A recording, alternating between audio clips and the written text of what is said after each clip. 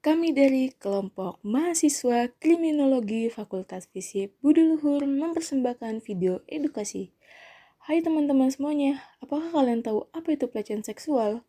Pelecehan seksual adalah segala macam bentuk perilaku yang berkonotasi seksual yang dilakukan secara sepihak dan tidak dikehendaki oleh korbannya. Bentuknya dapat berupa ucapan, tulisan, simbol, isyarat, dan tindakan yang berkonotasi seksual. Hasil survei pelecehan seksual di ruang publik yang diadakan oleh Koalisi Ruang Publik Aman tahun lalu menunjukkan pelecehan seksual di transportasi umum mencapai hingga 15,77% dan menjadi lokasi kedua tertinggi terjadinya pelecehan setelah jalanan umum yang mencapai hingga 28,22%.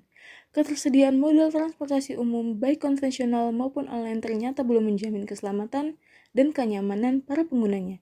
Hingga saat ini, pelecehan seksual masih terjadi di berbagai ruang publik, termasuk di transportasi umum. Terdapat sebuah teori yang dinamakan teori asosiasi diferensial atau differential association. Teori ini dikemukakan pertama kali oleh Edwin E. Sutherland pada tahun 1934 dalam bukunya Principle of Criminology. Menurut teori asosiasi diferensial, tingkah laku seseorang dapat kita pelajari melalui interaksi dan komunikasi. Yang dipelajari dalam kelompok tersebut adalah teknik untuk melakukan kejahatan dan alasan-alasan, yakni nilai-nilai, motif, rasionalisasi, serta tingkah laku yang mendukung perbuatan seseorang. Dengan adanya teori ini, Sutherland ingin menjadikan pandangannya sebagai teori yang dapat menjelaskan sebab-sebab terjadinya kejahatan. Sehingga yang menyebabkan kasus pelecehan seksual di transportasi publik sering terjadi ialah karena sebuah tingkah laku yang dapat dipelajari dari lingkungan sekitar. Berikutnya, terdapat sebuah teori, yaitu teori pilihan rasional. Teori pilihan atau teori tindakan rasional adalah kerangka pemikiran untuk memahami dan merancang model perilaku sosial. Asumsi dasar teori pilihan rasional adalah seluruh perilaku sosial disebabkan oleh perilaku individu yang masing-masing membuat keputusannya sendiri. Teori ini berfokus pada penentu pilihan individu, yaitu dalam individualisme metodologis. Pada tahun 1989, seorang teoriwan politik dan sosial yaitu Alster mengatakan bahwa teori pilihan rasional sering disebut sebagai teori tindakan rasional. Esensi dari pilihan rasional adalah ketika dihadapkan pada beberapa alur tindakan, manusia biasanya memilih alur yang mereka yakini akan mendatangkan manfaat yang paling besar bagi manusia tersebut. Berdasarkan penjelasan tersebut, menjelaskan bahwa manusia bisa saja melakukan apa saja sesuai dengan kehendaknya tanpa memikirkan orang lain.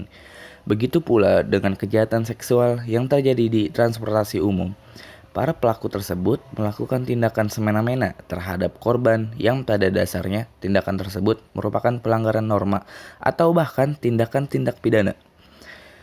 Berikutnya ada sebuah teori, yaitu teori anomi yang akan dijelaskan oleh teman saya. Teori anomi dikemukakan oleh sosiolog Prancis Emile Durkheim 1858-1917 dan Robert Merton. Pendapat Durkheim dikemukakan lebih dulu dibandingkan Merton. Durkheim menggunakan istilah anomi untuk menyebut suatu kondisi yang mengalami deregulasi. Menurutnya, perubahan sosial yang cepat dan mencekam dalam masyarakat mempunyai pengaruh besar terhadap semua kelompok dalam masyarakat. Nilai-nilai utama dan nilai yang sudah diterima oleh masyarakat menjadi kabur, bahkan lenyap. Keadaan tersebut mendorong terjadinya ketidakpastian norma, bahkan ketiadaan norma. Dengan demikian, yang terjadi pada kasus pelecehan seksual di dalam transportasi umum adalah suatu kondisi tidak ditaatinya aturan-aturan yang ada di dalam masyarakat. Selanjutnya, ada teori lain yang akan dijelaskan oleh teman saya. Berikutnya, ada sebuah teori yang disebut teori kontrol sosial.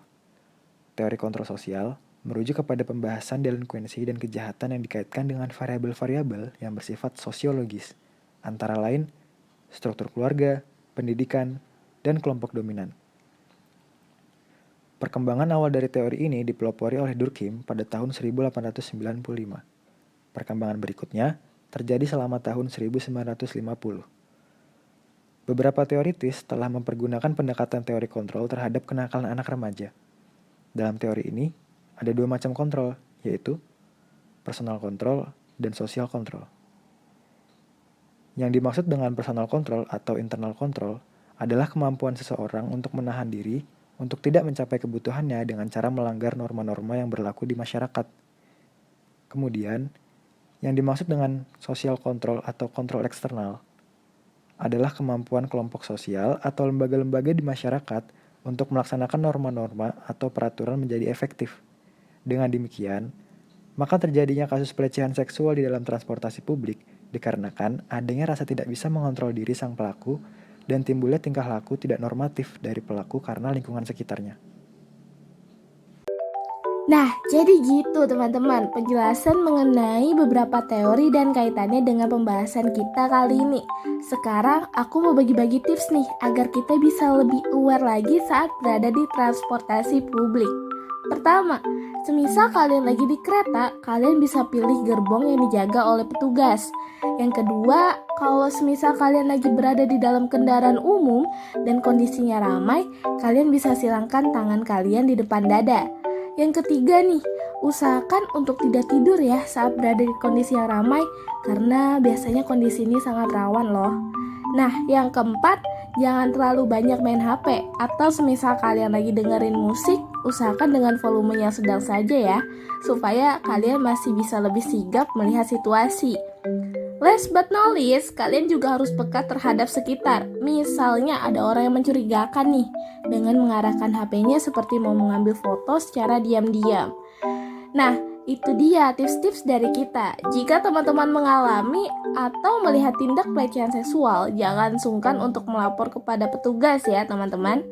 Sekian beberapa paparan yang telah kami jelaskan. Dan juga terima kasih kepada teman-teman yang sudah menonton. Jangan lupa like, comment, and share ya teman-teman. See you!